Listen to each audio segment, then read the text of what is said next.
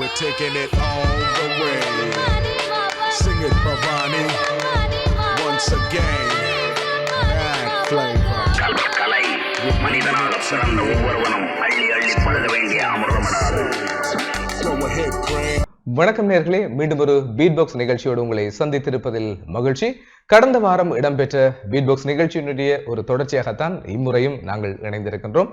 யாழ்ப்பாணம் என்கின்ற பெயரோடு உருவாக்கப்பெற்ற ஒரு காணொளி பாடல் குறைந்தது ஒரு கிழமையிலே 7 நாட்களுக்குள்ளேயே 90K வியூவர்ஸ் என்கின்ற ஒரு அசுரவேகத்தை தொட்டிருந்த ஒரு பாடல். இந்த பாடல் பலராலும் பேசப்பட்ட ஒரு முக்கியமான பாடலாக இன்று ஒலித்துக் கொண்டிருக்கிறது. அது மட்டுமல்ல, இந்த பாடல் இணைந்து இந்த பாடலே தங்கள் பணியினை வழங்கியிருந்த அதே குழுவினர் தான் சில நாட்களுக்கு முன்னர் சாம் சூசைட் பண்ண போறான் என்று சொல்லப்பட்ட பலராலும் பேசப்பட்ட ஒரு குறும்படத்தினுடைய அந்த குழுவினராகத்தான் அதே குழு தான் இதிலும் இயங்கி இருக்கிறார்கள் என்பது குறிப்பிடத்தக்கது. இளம் படைப்பாக்க திறன்மிக்க ஒரு அற்புதமான குழுதான் இந்த பாடலிலே பயணித்திருக்கிறது. இன்றைய தினம் இந்த நிகழ்ச்சிக்காக இந்த பாடலிலே வரி வடிவத்தை தனது ஆற்றலுக்கூடாக வெளிப்படுத்திய லிரிக்ஸிஸ்டாக எங்களோடு இந்த நிகழ்ச்சியில் இணைந்து கொண்டிருக்கின்றார் திரு துவாரகன் அவர்கள். அவரை நாங்கள் நிகழ்ச்சிக்குள்ளே இணைத்துக் கொள்ளலாம். வணக்கம் துவா. வணக்கம். துவா, உங்களுக்குள்ள ஒரு வைரமுத்து குடிக்கொண்டிருக்கிறார் என்றது இந்த பாடல் மூலமாகத்தான் என்னால உணரக்கூடியதா இருந்தது. ஓகே, இந்த யாழ்ப்பாணத்துக்கு நான் தான் லிரிக்ஸிஸ்ட் என்று சொல்லி நீங்க அடம் பிடிச்சு போய் அங்க அந்த அந்த அந்த குரூப்பிட்ட கேட்டுக்கொண்டதா ஒரு வதந்தி இருக்குது. அது உண்மையா? அதுவா? அடம் பிடிச்சதுன்றது உண்மைதான். ஆனா எப்படி அடம் பிடிச்சேன்னா, அடம் பிடிச்சு என்ன வெளியில விடுங்க, நான் இதுக்குள்ள நான் பாட்டு எழுதலே இருந்து. இப்ப நீங்க வைரமுத்தாட்டு சொன்னீங்க, அந்த அளவுக்கு எல்லாம் இல்லை. சும்மா நோமலா கவிஞர் வைரமுத்தா ஆட்டும் வாலியாட்டும் ஒவ்வொரு பாடலாசிரியரையும் சொல்லிக்க நாங்க இந்த தொலைக்காட்சியில் இன்டர்வியூஸ் பார்க்க சொல்லுவீனம். ஒரு 4 பல்லவி 5 சரணம் 10 சரணம் எழுதுவீனம். நாங்கள் அதுக்குள்ள பிக் பண்ணி எல்லாம் எடுப்போம். ஸோ அந்த அளவுக்கு எல்லாம் என்னால் முடியவே முடியாது. அந்த அளவுக்கான கெப்பாசிட்டி இல்லை. அது மலைக்கும் மடுவுக்கும் கூட சொல்லிடாது, மலைக்கும் ஒரு தரைக்கும் ஒரு இதுதான். ஸோ அதனால நான் யாழ்ப்பாணம் என்ற ஒரு சாம் சூசைட் பண்ண போறான்லேயே நான் பாட்டு எழுதியிருந்தேன். 2 பாட்டு, சின்ன பாடல். இப்போ அது எழுதியக்க நான் அவ்வளவுக்கு நான் செய்யல கொள்ளையில என்னால் இயலாதுன்னு சொல்லல. காரணம் என்னன்னு சொன்னா, அது பொதுவான ஒரு காதல் பாடல். அப்ப ஏதோ ஒரு அந்த லவ் மூட்ல ஒரு கவிதைகள் பாட்டுகள் எழுதுறது சாதாரணமா எல்லாருமே எழுதுவோம் நாங்க. சரி, இப்படி எதை ஸ்டில் பண்ணுங்க. நீ ஃபோமி என்ற ஒரு ஆல்பம் ஞாபகம் இருக்கா? ஓ, அது யாரு செய்தது? அது ஒரு ஞாபகப்படுத்துங்க. எத்தனையாம் ஆண்டு? நீ ஃபோமி நான் ஏஎல் படிச்சு கொண்டிருக்க செய்த என்னுடைய முதலாவது படைப்பு. அதுல 8 பாடல்கள் நினைக்கிறேன். 8 பாடல்களும் அதுக்கான மெட்டும் நான் போட்டிருந்தேன். நான் டியூனும் கம்போஸ் பண்ணியிருந்தேன். அதுக்கான இசையை திரு ஆண்டன் லூர்ஜினோ அவர்கள் எனக்கு செய்து தந்திருந்தார். மியூசிக் வரி நான் தான் எழுதியிருந்தேன். சோ நீங்க அந்த காலத்திலேயே நீங்க ஒரு பெரிய எழுத்தாளர்ன்றதை மறைச்சிட்டீங்களே.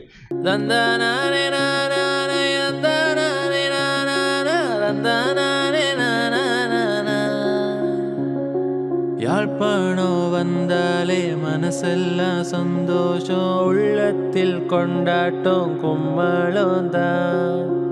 என் நாடு போனாலும் தாய் நாடே நம் வீடு, உயிருள்ளவரை இந்த நினைவே போதும்.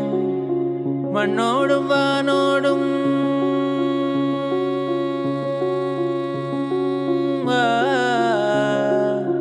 மண்ணோடும் வானோடும் வயலோடும் கடலோடும் ஒன்றான நம் வாழ்வு சந்தோஷம்தான். ஊரோடு நீ வாழ்ந்து பாரு, நிம்மதி உண்டு. கண்மூடி தூங்க வாய்த்தாய் மடி உண்டு. ஊரோடு நீ வாழ்ந்து பாரு, நிம்மதி உண்டு. கண்மூடி தூங்க வாய்த்தாய் மடி உண்டு. இல்ல, அதான் சொல்றேன். அது அந்த நேரத்துல வர எமோஷன்ல காதல் பாடல்களோ காதல் கவிதைகளோ பொதுவா எல்லாருமே இயல்பா எழுதிட்டேன். ஸோ அப்படி சாம் சூசைட் பண்ண போறான்னு எழுதிக்க நானும் ஒரு விளையாட்டாக ஓகே எழுதுவோம் என்று எழுதினேன். அது டிரெக்டருக்கும் கோ டிரெக்டர்ஸோ இதோட சம்பந்தப்பட்ட ஆக்களுக்கும் அது திருப்தியா இருந்ததால அந்த பாடல் வந்துட்டுது. ஆனா யாழ்ப்பாணம் என்ற இந்த ஒரு டைட்டில், அதுல இந்த விஷயத்த கவர் பண்ண போறோம் என்று சொல்லி ஒரு டிஸ்கஷன் வரையக்கே நான் சொல்லிட்டேன், தயவு செய்து நான் பாட்டு எழுதையில. ஏன்னா எப்பவுமே அது நாங்க ஹிமாலயா கிரியேஷன்ஸ் ஆரம்பிச்சு இன்றைக்கு 10-12 வருடங்கள் ஆச்சு. அப்ப இருந்து நாங்க எல்லாரும் இந்த டீம் டிராவல் பண்ணி கொண்டிருக்கிறோம். எப்பவுமே நாங்க பாக்குறது என்னன்னு சொன்னா, எங்களுடைய அந்த படைப்பு நல்லா வரணும். அந்த ப்ரொடக்ட் குவாலிட்டியை தான் பார்ப்போம். அப்ப அதுல நான் இருக்கிறதா, கலிசன்னா இருக்கிறதா, இவர் இருக்கிறதான்றது அல்ல. அந்த படைப்பு தரமா வர்றதுக்கு யார் அதுக்குள்ள வரணும்ன்றதுதான். அப்ப போன முறை இன்டர்வியூல நீங்க கேட்டிருந்தீங்க அந்த குழுவாக வேலை செய்யறதுன்னு சொல்லி. இப்ப நாங்க ஒரு டீமா இருந்தாலும் ஒரு படைப்புன்னு வரைக்கும் அந்த படைப்புக்குள்ள யாரு வந்தா அந்த படைப்பு ஒரு தரமான படைப்பா வரும்ன்றதை தான் நாங்க பாக்குறது வளமை. சாம் சூசைட் பண்ண போறான்லயும் அது நடந்தது. என்னன்னா ஜீவன நான் டிரெக்டருக்கு வந்து என்னுடைய தம்பி நிஷாகரன் கோ டிரெக்டரா ஒர்க் பண்ணவர் வந்து நல்ல 2 பேருக்கும் ஒரு நல்ல வேவ் லென்த் இருக்குது, ஒரு கம்ஃபர்ட் இருக்குது. அப்ப சினிமோட்டோகிராஃபியும் தம்பி செய்வார், ஓவராலா எல்லாம் ஒரு செய்யக்கூடிய தன்மை இருக்குது. அப்ப அதனால தம்பியை தான் அவர் சினிமோட்டோகிராஃபி செய்ய சொன்னவர். ஆனா தம்பி சொன்னார் இல்ல நான் செய்யல, நான் கோ டிரெக்டராகவே பணியாற்றேன், ரிஷி செல்வம் சினிமோட்டோகிராஃபி வரட்டும்னு சொல்லி. ஸோ இப்படித்தான் நாங்க பணியாற்றுறது. நாங்க ஒரு குழுவாக இருந்தாலும் எங்களால் அடையாளம் காணப்படுற டெக்னீஷியன்ஸ்ல டேலண்டான ஆக்களை நாங்க உள்வாங்கித்தான் அந்த படைப்புகளை செய்யணும்னு விரும்புறோம் நாங்க. இப்ப முக்கியமா ஒரு இன்டர்வியூல நான் பார்த்திருந்தேன், ரஹ்மான் ஒரு முறை சொல்லியிருந்தார், இந்த Urvashi Urvashi take it easy Urvashi பாட்டு அந்த லிரிக்ஸ் சரியாக அந்த இதுல குந்த வைக்கிறதுக்கு 4 மாதம் எடுத்துச்சுதான். அப்படி அப்படி சாதாரணமா நாங்க பாக்குற அந்த வரி கூட சரியா அந்த இடத்துல வந்து குந்துறதுக்கு 4 மாதம் அப்படி அவங்களுக்கு எடுக்கன்னு சொன்னாங்க. இது இப்படி பெரிய ஒரு 15 நிமிஷத்துக்கான பாட்டு, இது எழுதுறதுக்கு நீங்க எவ்வளவு கால வாசம் எடுத்துக்கொண்டு இருந்தீங்க? இது வந்து அதான் நான் முதலே சொல்லி கொண்டிருந்த மாதிரி அதன் தொடர்ச்சி வந்து இது நான் எழுத மாட்டேன்னு சொல்லிட்டேன். பிறகு டிரெக்டரும் என்னுடைய தம்பி கோ டிரெக்டரா வேலை செய்த நிஷாரன் தான் இல்ல இது ஒரு நல்ல சந்தர்ப்பம், இதை கண்டிப்பா எழுதவங்களும் உங்களால முடியும் எழுதுங்கன்னு சொல்லி 2 பேரும் தான் இதை மோட்டிவேட் பண்ணி எழுத பண்ணது. அட் த சேம் டைம் எங்களோட மியூசிக் டைரக்டர் பிரண்ணவனும் அண்ணா இதை செய்யுங்கன்னு சொல்லி. அப்ப இதுல எழுத வெளிக்கிடைக்க இதுல சேலஞ்சா இருந்த விஷயம் வந்து ஒன்று யாழ்ப்பாணத்தை பற்றி எழுத போறோம்ன்றே ஒரு பயம் உண்டு. அடுத்தது அந்த உணர்வை சரியாக கடத்த வேணும். ஒரு புலம்பெயர்ந்து தேசத்திலிருந்து வேற ஒரு ஆளுன்ற விஷயத்தை நாங்கள் சரியா சொல்ல வேணும், அது ஒன்று இருந்தது. அதே நேரம் டிரெக்டர் சொன்ன கண்டிஷன்ஸ், அவர் யாழ்ப்பாணம் என்ற சொல்லுல தான் இந்த பாடல் தொடங்க வேணும், இடையில எந்த ஒரு சந்தர்ப்பத்திலையும் யாழ்ப்பாணம் என்ற வசனம் வரக்கூடாது, ரிபிட்டேஷன்ஸ் இருக்கக்கூடாது. அப்ப இந்த வரையறைகளை வச்சுக்கொண்டு எழுத வேணும். அதே நேரம் ஒவ்வொரு பந்திலையும், அதாவது ஒவ்வொரு சரணத்திலையும் அவர் அந்த சரணம் என்ன கருத்து இருக்க வேணும் அதுல என்ற ஒரு ஷார்ட் டிஸ்கிரிப்ஷன் எங்களுக்கு தந்துடுவார்.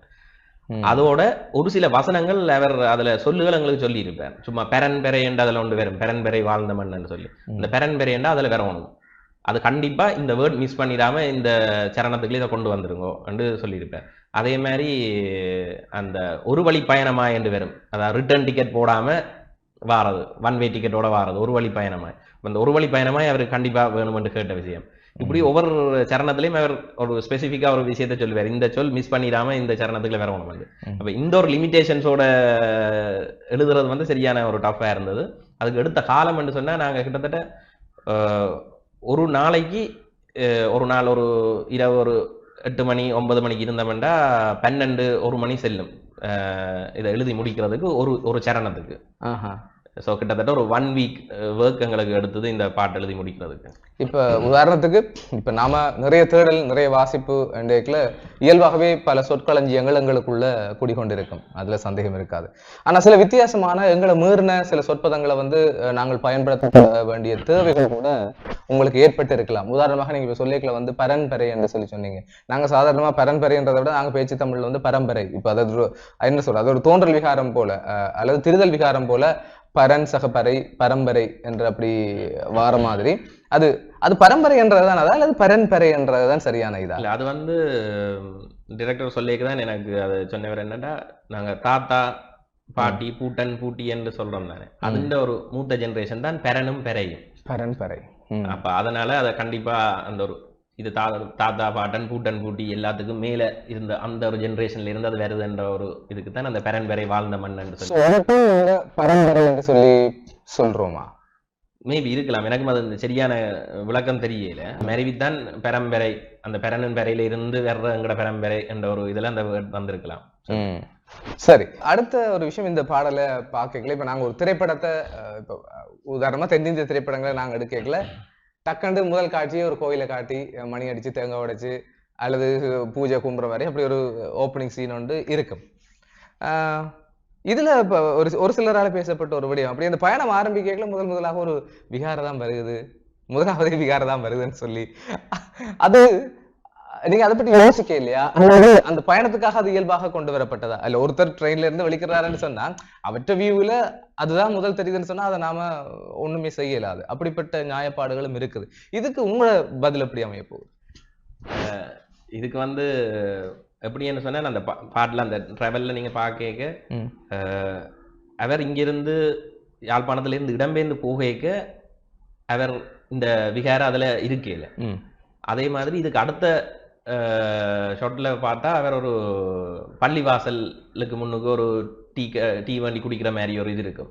அப்ப முஸ்லிம்கள் முந்தி அங்க இருந்திருந்தாலும் இவர் இடம்பெயர்ந்து போயேக்க அவையிலும் இங்க இருக்கல அந்த காலப்பகுதியில.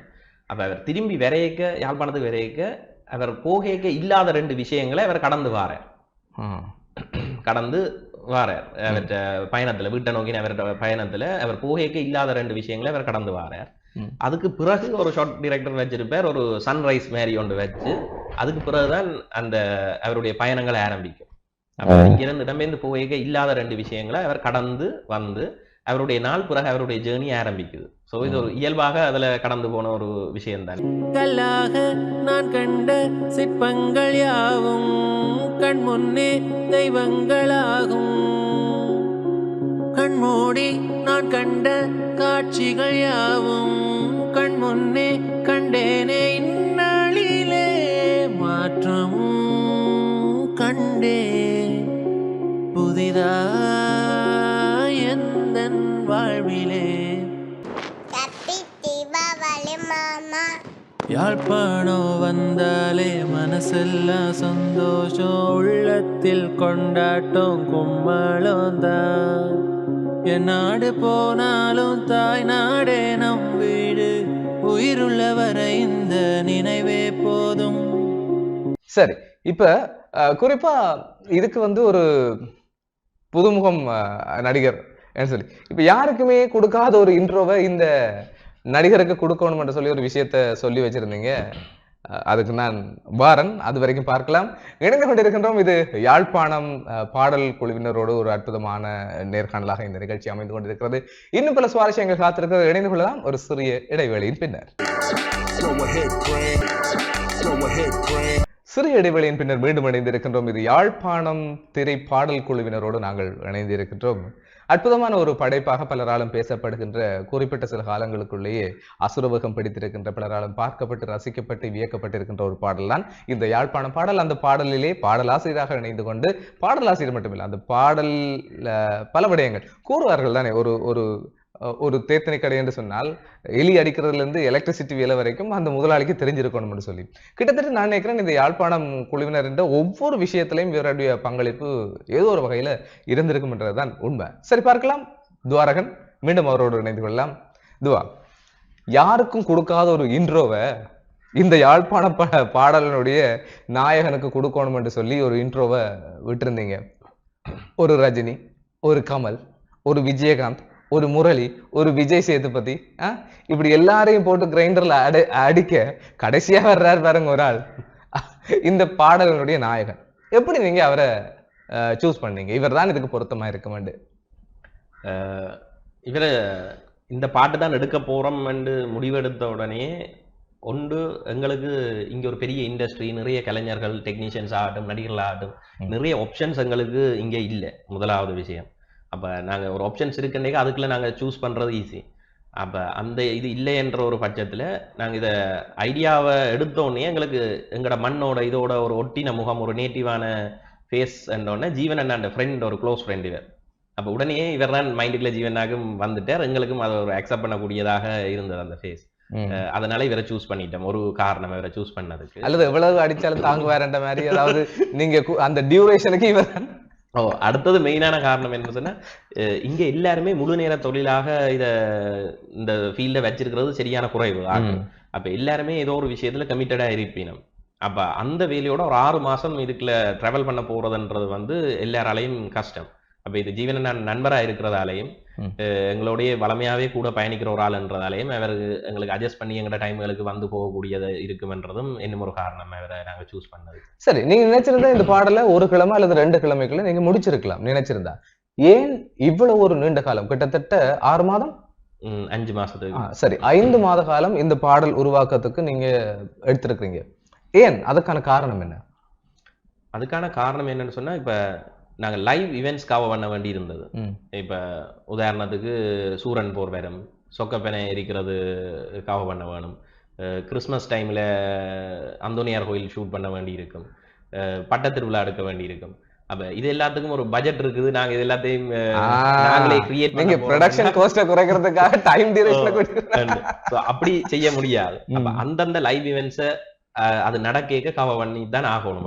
அது வேற வழி இல்லை. அப்ப அதனால மற்றது இந்த டிராவலும் எப்படி இருக்குதுன்னு சொன்னா, டிராவல் ஒரு அக்டோபர்ல வேற ஒரு ஆள் ஜனவரி வரைக்கும் ஒரு லாங் வெக்கேஷன்ல வந்து இங்க ஸ்பெண்ட் பண்ண போறேன். அப்ப அதுக்குள்ள அந்த அக்டோபர்ல இருந்து ஜனவரி வரைக்குமான என்னென்ன திருவிழாக்கள், என்னென்ன பண்டிகைகள் ஏதோ அதை மேக்சிமம் இதுக்குள்ள கொண்டு வரக்கூடியதை நாங்க ஆர்டரா இந்த பாட்டுல வந்திருக்கோம். அதோட சேர்த்து இவர்கிட்ட டிராவல்ல வர மிச்ச கூழ் குடிக்கிறோம், கூழ் காய்ச்சி குடிக்கிறோம், வேற ஒரு இடத்துக்கு போறோம்ன்ற வயல்களுக்கு போறோம், இந்த இப்படியான விஷயங்கள், சொந்தக்காரர்கிட்ட போறோம், இதுகள் எல்லாத்தையும் நாங்க இதோட முன்னுக்கு பின்னுக்கு அந்த ஷூட் டேட்ஸை பிளான் பண்ணி ஷூட் பண்ணியிருப்போம். பரம்பரை வாழ்ந்த மண்ணு அதை நானும் தேடி வந்து மண்ணோடு மனம் சேரும் நாள்தான் என்று, பனியிலே நடந்த பாதம் தவறிய வாழ்வை தேடி ஊரோடு வந்து சேரும் நாள்தான் என்றுதான் கால்களும் இந்த மண் சேருமோ, அன்றுதான் நெஞ்சமும் மெல்ல உயிர் கொள்ளுமே. ஊரோடு நீ வாழ்ந்து பாரு நிம்மதி உண்டு, கண்மூடி தூங்க அன்பாய் தாய்மடி உண்டு. ஊரோடு நீ வாழ்ந்து பாரு நிம்மதி உண்டு, கண்மூடி தூங்க அன்பாய் தாய்மடி உண்டு. தந்தானே நானே நானே தந்தானே நானே நானே ஓ ஹே.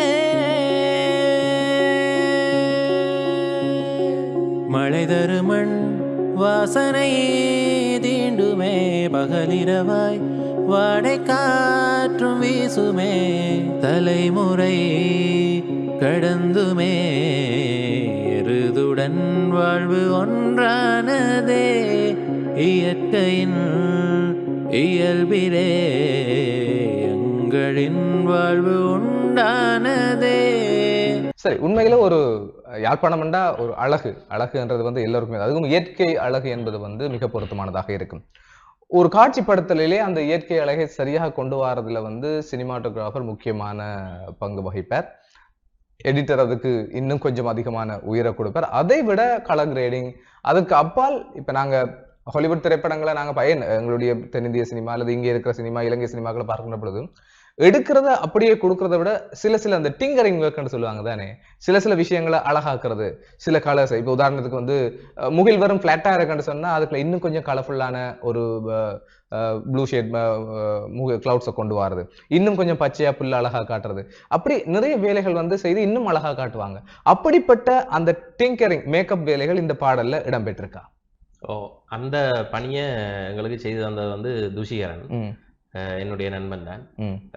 அதுல ஒரு வீடியோ நாங்க ஆல்ரெடி சோஷியல் மீடியாவில் போட்டிருந்தோம். நாங்கள் அதுல வந்த நிறைய வயசுகள், யாழ்ப்பாணத்துல எங்களுக்கு ஒரு சிக்கல் என்னன்னு சொன்னா, எங்க நாங்க ஃப்ரேம் வச்சாலும் அது என்ன வடிவான ஃப்ரேமா இருந்தாலும் அதுக்கு குறுக்க ஒரு டெலிகாமோ ஒரு போஸ்டும் ஒரு வயரும் எங்கேயுமே போய் கொண்டிருக்கும். அப்ப அந்த வயர்கள் எல்லாத்தையும் ரிமூவ் பண்ற வேலையும், சில ஸ்கையை ரீப்ளேஸ் பண்ற வேலைகள், அந்த கலர்களை இது பண்ணி தந்த வேலையெல்லாம் துஷி தான் எங்களுக்கு செய்து வந்திருந்தது. சோ அது நிற தரவேற்றம் பண்றது, கலர் கிரேடிங், அது எங்களுக்கு ரிஷி செய்தது.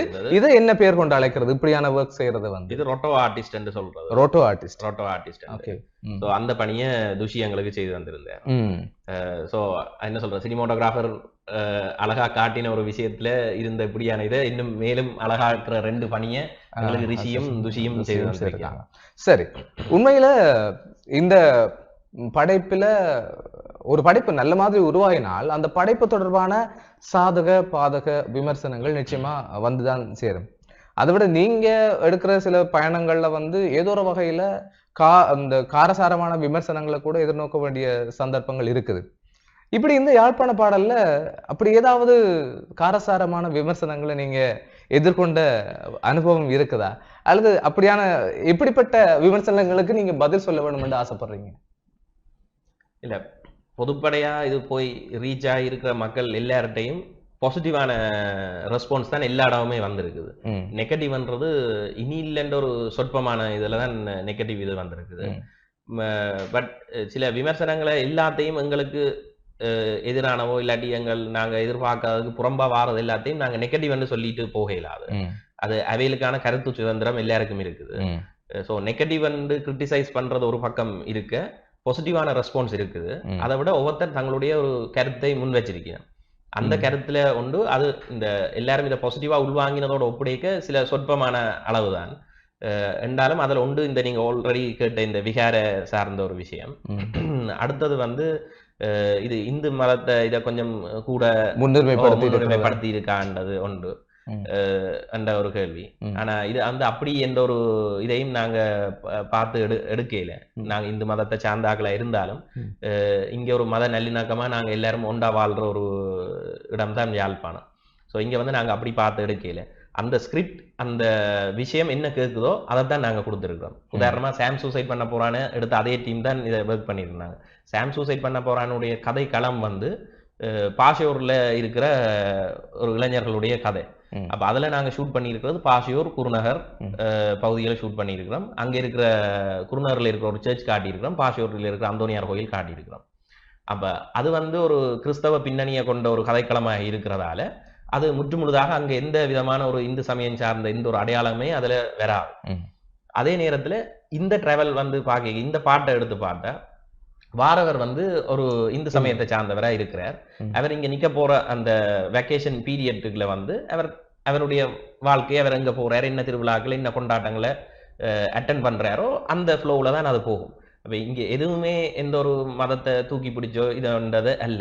இன்னும் ஒரு கதைக்களம் நாங்க அடுத்த முறை எடுக்கிறோம், அது ஒரு முஸ்லிம் மக்களுடைய பின்னணியை கொண்டதாக இருந்தா அதுக்குரிய விஷயமா இருக்கும். ஸோ இதுல எங்கட தனிப்பட்ட சுய விருப்பு வெறுப்புகள்ன்றது எதுவுமே இதுல திணிக்கப்பட்டதோ சேர்க்கப்பட்டது என்றது அல்ல. ஆனா இந்த கதையோட்டத்திலையுமே பார்த்தா எங்களுக்கு வளமை யாழ்ப்பாணத்துல இருக்கிற ஆட்களுக்கு எல்லாருக்கும் தெரிஞ்சிருக்கும். அந்தோனியார் கோயில்ல செவ்வாய்க்கிழமையா இருக்கட்டும் பெருநாளாக இருக்கட்டும் இந்து மக்கள் அங்க போறது அதிகம். அப்ப இவருடைய டிராவல்ல இவர் கிறிஸ்துமஸுக்கு அந்தோனியார் கோயிலுக்கு போறதும் அதுல காட்சிப்படுத்தப்பட்டிருக்கும். அதே நேரம் நாங்க அந்தோனியார் கோயில காட்டேக்கு நாங்க வேற ஒரு கிறிஸ்தவ பாடலையோ என்னத்தையோ அதுல போடக்கூடாது, அந்தோனியார் சேர்ச்சில் போற பாட்டையே நாங்க போடணும் என்று சொல்லி அதை போய் கேட்டு அதை எடுத்து தான் நாங்க போட்டு எங்களுடைய டைட்டில் கார்ட்லயும் அதை எழுதியவர் இசையமைத்தவருக்கு நன்றியையும் தெரிவிச்சிருக்கோம். சரி போட்டுருங்க சார்.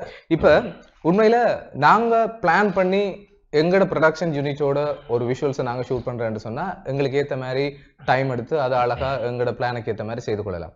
ஆனால் இது நீங்கள் அந்தந்த இடத்துல நடந்த லைவ் இவெண்ட்டை அப்படியே இந்த பாடலுக்குள்ளே கொண்டு வர வேணும்னு சொல்லி அதுக்குள்ள நடிகரையும் கொண்டு புகுத்தி செய்யறதுன்றது அது சாதாரண விஷயம் இல்லை. என்ன சொன்னால் அது ஒரு பாட்டுக்கு போய் கொண்டிருக்கும், நாங்கள் ஒரு பாட்டுக்கு உள்ள நுழையர்கள் அங்கே நிறைய கலாப்ஸ் இருக்கு, நிறைய பிரச்சனைகளை முகம் கொடுக்க வேண்டியது இருக்கும். எப்படி இது உங்களால் சாத்தியமாச்சு? இது சாத்தியம் எப்படியானதுண்டா ஒன்று இதுக்கான ஃபுல் ப்ரீ பிளான் டிரெக்டர் சரியாக செய்திருந்தவர். அது ஒரு காரணம். அந்த லொக்கேஷன்ஸோட போய் முதலே அந்த லொக்கேஷன்ஸை பார்த்ததாகட்டும், அந்த கோயில்கள் நிர்வாகங்கள் அது சம்பந்தமான ஆக்களோட கதைச்சு அதை ஒரு தயார்படுத்தல் செய்தது ஒரு இது. ரெண்டாவது இதுல நடிச்ச கிருஷாந்தன் அந்த நடிகருடைய ஒத்துழைப்பும் அதே நேரம் எங்களோட சினிமோட்டோகிராஃபருடைய அந்த டெடிகேஷன் தான். அவ்வளவு க்ரௌடுக்குள்ள அந்த ஃப்ரேம் அழகா காட்டணும், அந்த லைவ் ஈவெண்ட்டை குழப்பக்கூடாது, ஒரு திருவிழா ஒரு பக்திபூர்வமான ஒரு விஷயங்கள் நடந்து கொண்டிருக்கு அதுக்குள்ள கொடுக்க மறக்க நாங்கள் தெரியக்கூடாது. அப்போ அது ஒரு பெரிய ஒரு டெடிகேஷனான ஒரு வெல் பிளான்டான அவருடைய ஒரு டேலண்ட்டை தான் நாங்கள் இதில் இன்னும் ஒரு பக்கம் சொல்ல வேணும் சினிமோட்டோகிராஃபர். உங்களேண்டா அது அந்த சவால்களுக்கு முகம் கொடுக்குறன்றது ரொம்ப கஷ்டமான விஷயம். ஏன்னா சப்போஸ் எங்களால் அதில் ஒரு சின்ன நெருடல் வந்தாலும் அங்கே நிறைய பேர் குழம்புறதுக்கு வாய்ப்பு இருக்கு. அதில் எத்தனை பேர் அங்கே நிதானமா இருப்பாங்க இல்லைன்றது இன்னொரு பக்கம். அப்போ எல்லாருமே சமாளிக்க வேண்டிய ஒரு தேவையும் இருக்கும். சார், இந்த நேரத்தில் இந்த படைப்பு உருவாக்கின உங்களோட குழு சார்பாக நீங்க ஏதாவது ஒரு விடயத்தை அல்லது யாருக்காவது அல்ல ஏதாவது உங்களோட மனசுல ஏதாவது தோன்ற விஷயத்த நீங்க சொல்ல ஆசைப்படுறீங்களா? மெயினா நாங்க சொல்லணும், இது என்னுடைய பர்சனலான ஒப்பீனியன். நிறைய பேர் என்னட்ட ஃபோன் பண்ணி வெளிநாட்டில் இருந்தாங்களாகட்டும் எல்லாருமே கேட்ட ஒரு விஷயம், எல்லாருக்கும் இது மனசை சரியாக என்ன செய்திருக்கு, ஒரு டச் பண்ணின ஒரு பாட்டாக அமைஞ்சிருக்கு. நாங்கள் எதிர்பார்த்த விஷயம்தான். ஆனால் அதை தாண்டி எதிர்பாராத அளவுக்கு இது அதாவது புலம்பெயர் தமிழ் ஆக்களுக்கு இன்னும் இது மனசுக்கு நெருக்கமாக இந்த பாட்டு போய் சேர்ந்துருக்குது. அப்போ அவையில்கிட்ட நான் ஒரு பர்சனலாக சொல்கிற விஷயம், நான் யாழ்ப்பாணத்தில் விட்டு போயிடக்கூடாது, இங்கே இருக்கணும் எங்களோட மண்ணிலேருந்து நினைக்கிற ஒரு ஆள். அதுக்காக போன ஆக்களும் வந்து சரியான வழியோட தான் இங்க இருந்து போயிருப்பினோம், ஏதோ ஒரு சந்தர்ப்ப சூழ்நிலையாக போயிருப்பினோம். ஆனா அந்த சில காரண காரியங்களை போன இதுகளை கடமைகளை முடிச்சு கொண்டு மீண்டும் யாழ்ப்பாணத்துக்கு எங்களோட ஊருக்கு, ஏண்டா இலங்கையே ஒரு தீவு, ஒரு அழகின சொர்க்க பூமி, அதுலயும் யாழ்ப்பாணம்ன்றது எங்களுக்கு அது சொல்லி அடங்காது. அப்ப இந்த மண்ணுக்கு அவையில் எவ்வளவு சீக்கிரமா திரும்பி வர்றதுக்கான வழிவகைகள் இருந்தா, பாசிபிலிட்டிஸ் இருந்தா வாங்கன்றது ஒரு அன்பான எங்களுடைய எல்லாத்த விருப்பம் தான். உங்களோட விருப்பமும் அதான் இருக்கும். இந்த ஒரு யுத்தம் இங்க இந்த ஒன்று இல்லாம இருந்திருந்தா நாங்க யாருமே வெளிநாடுகளுக்கு நாங்க போயிருக்க மாட்டோம். சோ நாங்க இங்கதான் இருந்திருப்போம். அதோண்டு அதோட சேர்த்து இப்படி குறும்படங்கள் இதுகள் எல்லாம் செய்து கொண்டிருக்க நிறைய ஆக்கள் இங்க இருக்கிறாங்க. ஒவ்வொரு டீமா எல்லாருக்கும் லைகா ப்ரொடக்ஷன்ஸ் ஆகட்டும், ஐங்கரன் இன்டர்நேஷனல் கம்பெனி ஆகட்டும், எல்லாரும் வந்து யாழ்ப்பாணத்தை பேஸ் பண்ணினாங்க. இவேல் எங்களை மாதிரியான குழுக்களை கன்சிடர் பண்ணி ஒரு தமிழ் படங்களை யாழ்ப்பாணத்தில் இருந்தோ இலங்கையில இருந்தோ ப்ரொடியூஸ் பண்றதுக்கு முன் வரணும் என்றதையும் இந்த சந்தர்ப்பத்தில் கேட்டுக்கொள்றோம். இல்ல இதுல ஒரு விஷயம் நான் கேட்கறது, நீங்க இதை இப்படி எடுத்துக்கொள்றீங்கன்றது எனக்கு தெரியல, பட் கேட்க வேண்டிய ஒரு கடமை. ஏண்டா இது ஓப்பன் சோர்ஸ். உங்களோட அந்த யூடியூப் தளத்துல வந்து நீங்க அந்த விஷயத்தை கிரெடிட்ஸை வந்து நீங்க அதுல மார்க் பண்ணியிருக்கிற ஒரு விஷயத்துல பார்க்கக்கூடியது, இந்த படைப்பு போல இன்னும் இந்த படைப்புக்கு ஊக்கம் கொடுக்க விரும்பினால் எங்களுக்கு நீங்க உதவி செய்யலாம் என்று சொல்லி அது வெளிப்படையாவே நீங்க அதை கோரி இருக்கிறீங்க.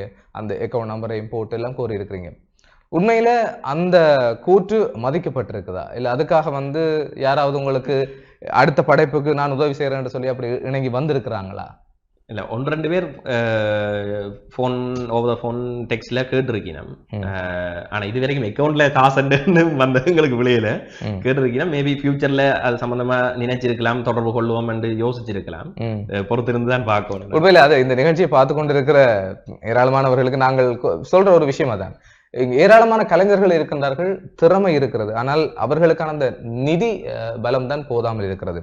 அதே நேரத்துல இப்போதைக்கு போடுற காசை எடுக்கக்கூடிய அந்த சூழல் எங்கட சினிமா சூழலுக்குள்ள இருக்கா இல்லையான்றது வந்து ஒரு கேள்விக்குறிதான். இருந்தாலும் அந்த படைப்பாளிகளுக்கு ஊக்கம் கொடுக்க வேண்டும் என்று சொன்னால் நல்ல படைப்பை கொடுக்கின்ற பலர் அல்லது இப்படி ஆர்வத்தோடு இருக்கின்ற பலருக்கு வந்து இவ்வாறான உதவிகளை செய்வது வந்து பொருத்தமானதாக இருக்கும். அந்த வகையிலே இப்பொழுது பலராலும் பேசப்பட்ட சாம் சூசைட் பண்ண புராணம், இப்பொழுது யாழ்ப்பாணம், இந்த குழு வந்து தன்னுடைய வித்தியாசமான படைப்பிற்கூடாக பலரையும் திரும்பி பார்க்க வைத்துக் கொண்டிருக்கின்றார்கள். ஆகவே இவர்களுக்கு இயல்பான வரையில் அடுத்தடுத்த படைப்புகளுக்கு தயாரிப்பு செலவுகளை வழங்குவதற்கு அல்லது அவர்களோடு ஒத்தி செய்வதற்கு முன்வரக்கூடிய தயாரிப்பாளர்களை நாங்களும் வரவேற்றுக் கொள்கின்றோம். டான் தொலைக்காட்சி குடும்பம் சார்பாக இவர்களுடைய அடுத்தடுத்த படைப்புகள் இன்னும் வெற்றிகரமாகவும் பலராலும் பேசப்படக்கூடிய படைப்பாக, எங்களுடைய பாரம்பரியம் கலாச்சாரம் பண்பாடுகளை மிளிர பண்ணுகிற படைப்பாக அமைய வேண்டும் என்று சொல்லி நாங்களும் டான் தொலைக்காட்சி குடும்பம் சார்பாக வாழ்த்துக்களை தெரிவித்து இங்கு வருகை தந்து எண்ணங்களை எங்களோடு பகிர்ந்து கொண்ட இந்த நிகழ்ச்சியின், அதாவது இந்த யாழ்ப்பாணம் பாடலினுடைய வரி வடிவத்துக்கு சொந்தக்காரன், அது மட்டுமல்ல அனைத்து செயல்பாடுகளோடும் கூட இருந்து ஒருவராக பயணித்த துவாரகன் அவர்களுக்கு டான் தொலைக்காட்சி குடும்பம் சார்பாக மனமார்ந்த நன்றி. நன்றி துவா, உங்களுடைய நேரத்தை டான் டிவிக்கும் இந்த சந்தர்ப்பத்தை வழங்கியதுக்கு மிகவும் நன்றி. சரி நேயர்களே, அற்புதமான ஒரு படைப்போடு தான் நாங்கள் பயணித்திருந்தோம். அந்த படைப்பினுடைய காட்சிகளை நீங்கள் சிறிய சிறிய பகுதிகளாக நீங்கள் பார்த்திருப்பீர்கள். இந்த பாடலை முழுமையாக பார்க்க வேண்டும் என்று சொல்லி நீங்கள் எண்ணியிருந்தீர்கள் என்று சொன்னால் யாழ்ப்பாணம் சாங், அது யாழ்ப்பாணம் பாடல் ஏதோ ஒரு வகையிலே நீங்கள் யூடியூப் தளத்திலே தேடலை மேற்கொண்டு இந்த பாடலை நிச்சயமாக பார்க்க முடியும். யாழ்ப்பாணம் சாங் என்று தேடினாலே அது வரக்கூடிய வாய்ப்பு இருக்கிறது. ஆகவே பாருங்கள், பார்த்து உங்களுடைய ஆதரவை இந்த குழுவுக்கு வழங்க வேண்டும் என்று சொல்லி நாங்களும் கேட்டுக்கொண்டு, இதே போல இன்னொரு படைப்பு குழுவினரோடு அல்லது நம்ம படைப்புகளோடு இந்த நிகழ்ச்சி கூட இணைந்து கொள்ளும் வரை நிகழ்ச்சியிலே தொழில்நுட்ப உதவியை வழங்கிய தனுப்பிரியா அவர்களோடு மீண்டும் ஒரு நிகழ்ச்சியில் உங்களை சந்திக்கும் வரை அன்பு வணக்கம் கூறி விடைபெறுகின்றோம். நன்றி, வணக்கம்.